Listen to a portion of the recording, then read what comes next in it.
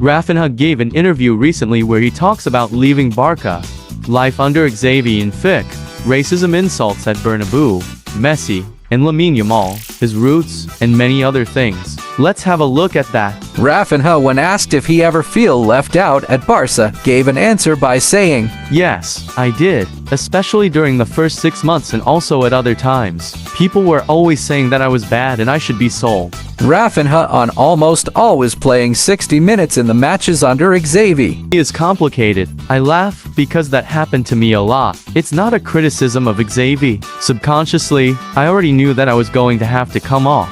I tried to do everything in 60 minutes and nothing worked out. And other times, when things did work out for me, I was taken off anyway. I discussed it with him, but they are the coach's decisions. Confidence is not only important in football, it is also important in life. If you don't have the confidence to do your best at work, it is difficult for things to work out. And when you don't have it, you will often forget what you can do. Raphinha on if he is a protagonist now. I don't feel like I'm the star. I know I'm having a good season, but the whole team is the star. If we score 10 goals but concede 10, the game ends in a draw. When everyone is doing well, it's natural for the forwards to stand out more. They're the ones who score goals. In my opinion, everyone is the star. Raphinha on Messi and Lamine Yamal, and if Lamine Yamal is also going down the same path as Messi. Messi is from another world, inexplicable. Lamine, I see him more like Neymar. His dribbles, how quickly he thinks to dribble. When you think you can steal the ball from him,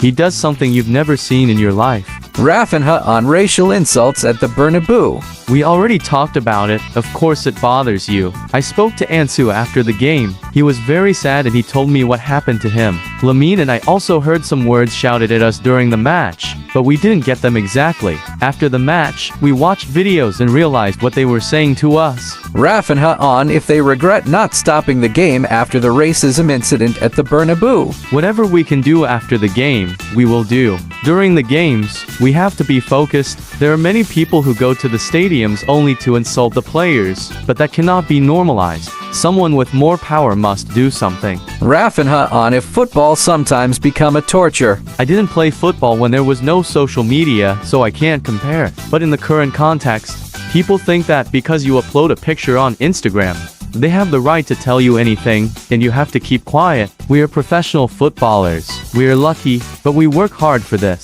It is not easy when people throw shit at you when something goes wrong. Am I going to go to the Instagram profile of a lawyer who doesn't win a trial and tell him that he is terrible? Decision making on the pitch is very difficult. We have about 1 second to make a decision. In the end, what you think is best on the pitch, people outside see it differently. On the pitch you only have 2 eyes, yours. Those outside can see everything. Technique is useless without discipline. Many of my friends were better technically than me, but being an athlete is much more than just technique. You have to be aware that you will suffer if you don't stay away from parties, nightlife, staying away from friends, etc. Technique is important, but it has to go hand in hand with work. Raphinha on a difficult moment in his life. When I was 12 years old, me and my friend left all dirty after finishing a training session. There were no showers in the club, and the bus took a long time to arrive. We were hungry, but we didn't have any money to buy food, so we started begging on the street for something to eat. It was a bit complicated, because many people don't want to be bothered. Some kind-hearted people helped us, but I understand the people who didn't give us anything. Thank you for watching the video and until the end. Subscribe for more. What are your thoughts on this interview?